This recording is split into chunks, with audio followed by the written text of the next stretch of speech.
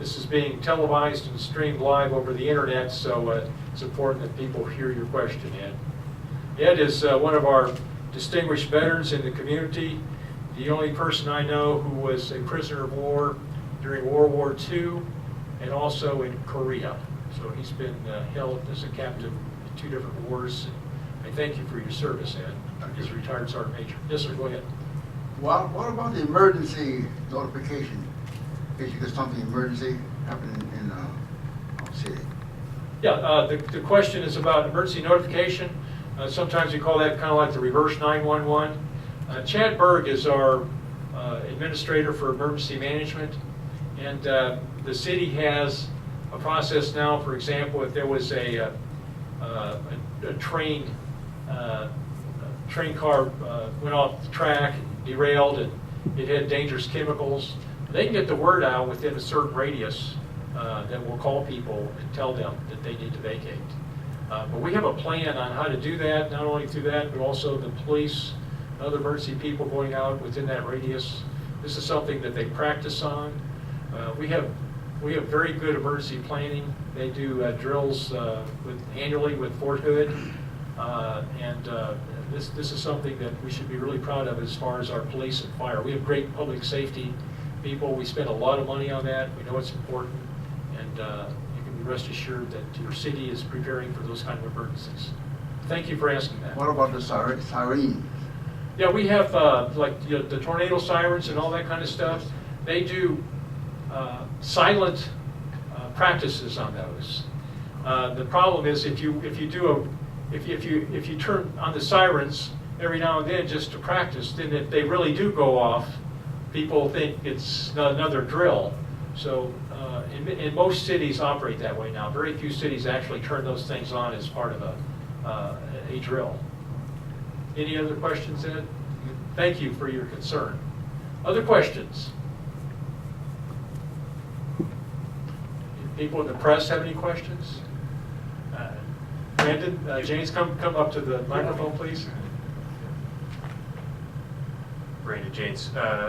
One of the first things you mentioned was the excess in the fund balance, or at the end of this fiscal year. Did you have any ideas what the city was going to spend that on? We do not. That's something that the council will look at. I know that several council members have voiced concerns and kind of a wish list, and the city manager is gathering our wish lists. And at some point, we will have to prioritize those and discuss those.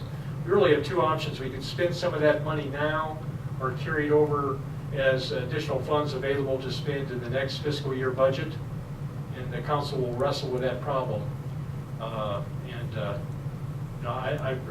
can't really predict at this point what we're going to do, but it's nicer to have that problem than to be short, and because that would then affect our ability to fund fully the next year's operation. So it's kind of a good situation to be in, and that's one of the reasons that we use a conservative approach in our budgeting. Is we'd rather end up with that situation than have a lean budget that's almost not doable and end up short.